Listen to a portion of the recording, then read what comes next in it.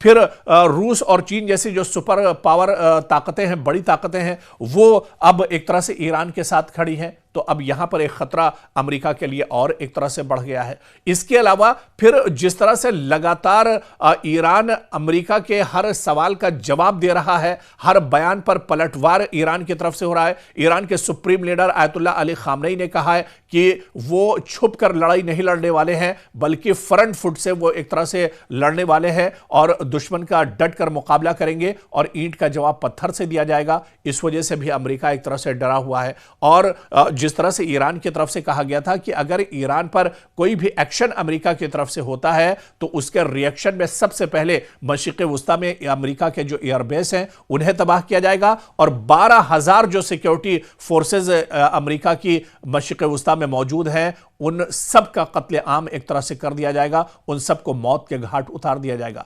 तो दरअसल ये कुछ कमजोरियां हैं जो डोनाल्ड ट्रंप की है और इन कमजोरियों को अब ईरान पकड़ चुका है। अमेरिका की इन कमजोरियों को अब ईरान एक तरह से समझ चुका है। इसी वजह से अब ईरान पूरी ताकत के साथ एक तरह से मैदान में खड़ा है और इस लड़ाई में अब अमेरिका पछड़ता हुआ नजर आ रहा है। और ट्रंप की ईरान जो योजना है, जो तैयारी है, वो अब एक तरह से बेबस नजर आ रही है और डोनाल्ड ट्रंप अब कहीं ना कहीं इस लड़ाई में बेबस नजर आ रहे हैं। वो अब ये नहीं समझ पा रहे हैं कि कदम आगे बढ़ाया जाए या पीछे खींचा जाए। लगातार उनकी तरफ से बयानबाजी तो हो रही है, लेकिन एक्शन के नाम पर कोई चीज नहीं है।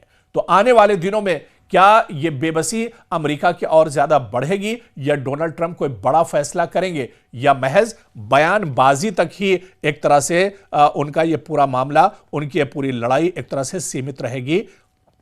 यह देखना भी आने वाले दिनों में बहुत अहम होगा।